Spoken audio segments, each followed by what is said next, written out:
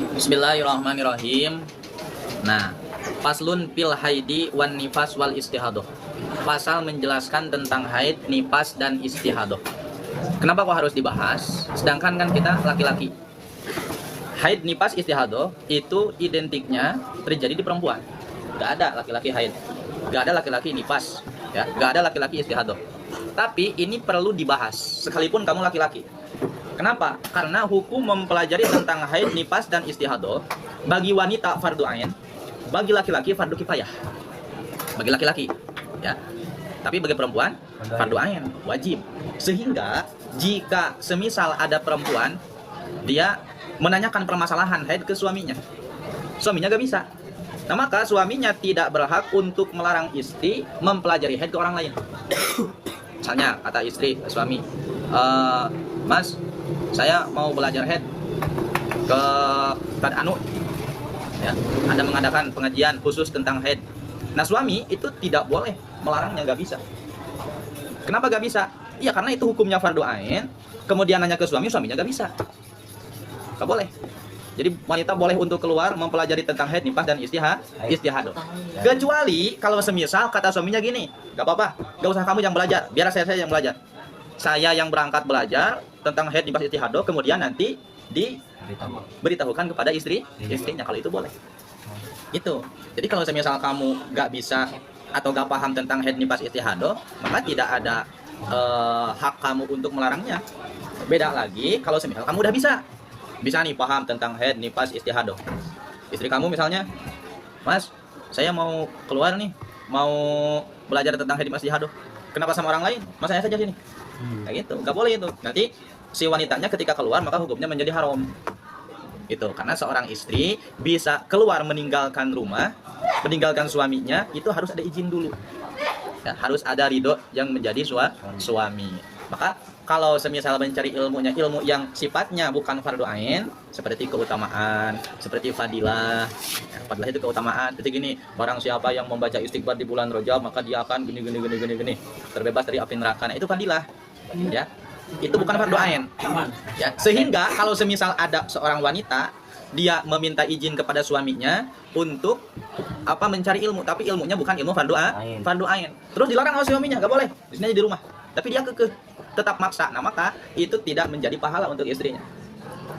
Mendapatkan dosa. Kenapa? Karena tidak taat kepada suami. Ya. Atau contoh yang kedua gini. Seorang wanita dia akan melaksanakan puasa sunat hari Senin. Kemudian dia minta izin ke suaminya, Mas, hari ini hari Senin, saya boleh gak puasa sunat? Kata suaminya, gak boleh. Maka udah gak boleh. Kenapa gak boleh? Karena taat kepada suami hukumnya wajib, sedangkan puasa Senin itu hukumnya sunnah. Kayak gitu.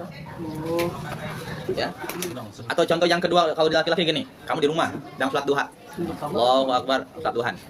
Pas di pertengahan sholat, tiba-tiba ibu kamu manggil, Kelvin, ya, gitu. Nah, ketika ngomong seperti itu, manggil Kelvin, maka Kelvin harus membatalkan sholat duhanya. Kenapa?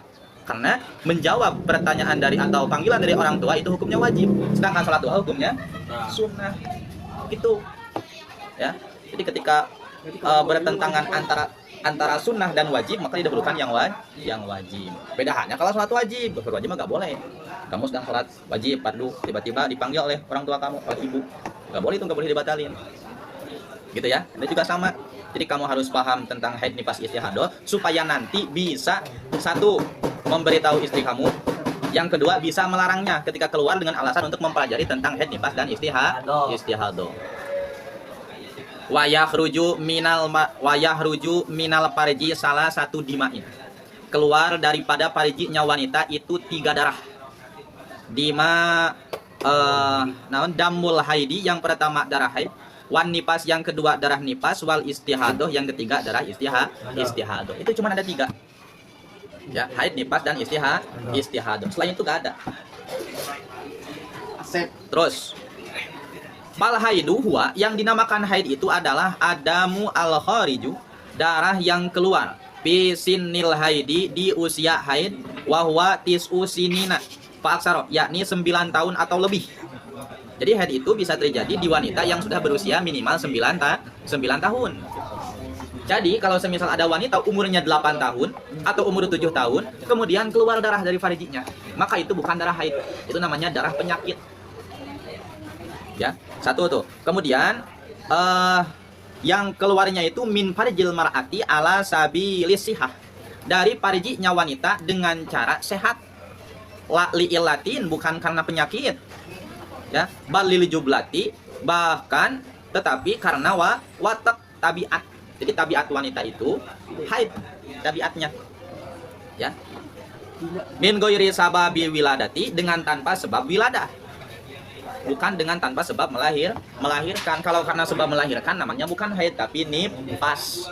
Wanita melahirkan, setelah anaknya keluar kemudian keluar lagi darah. Nah, itu namanya darah nifas, bukan darah haid. Jadi darah haid itu bukan karena ada sebab, gak ada sebabnya. Memang itu watak tabiatnya wanita. Beda lagi kalau ada sebab, misal sebab tiba-tiba si farjinya berdarah, ya karena ditusuk misalnya. Ya, itu bukan darah haid, itu bukan darah haid. Kenapa? Karena itu karena ada sebab.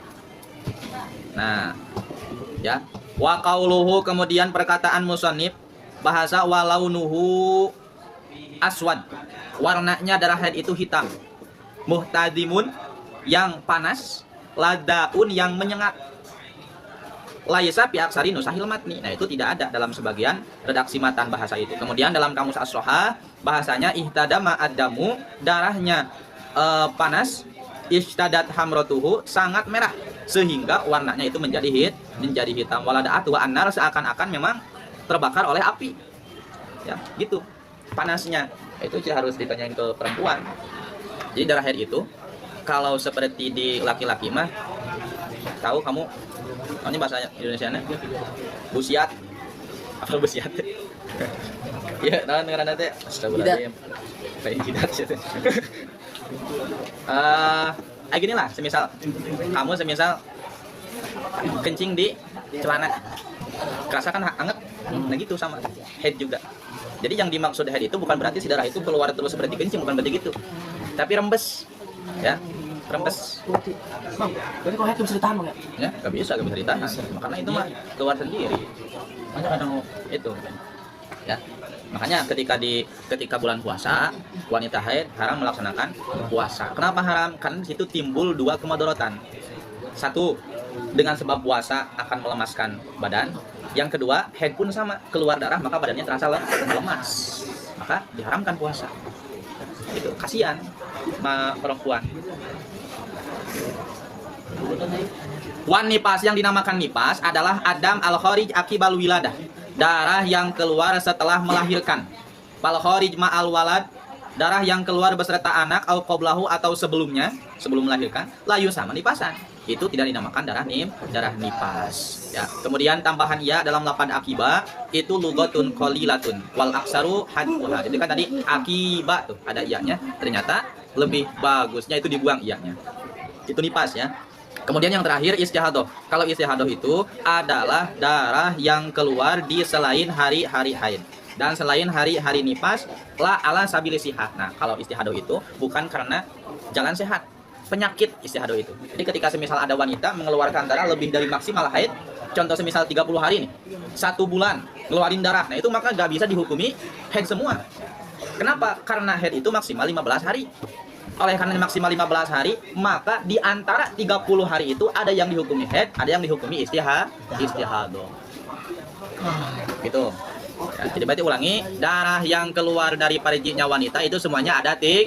1 darah, 2 darah, 3 darah istihadoh. Kalau karena sebab melahirkan namanya darah nipas. Kalau tanpa ada sebab namanya, kalau karena penyakit namanya istihadoh. Wallahu a'lam bishawab. Bin bana bima lam tana wa bi alimna alladhi yanfa'u.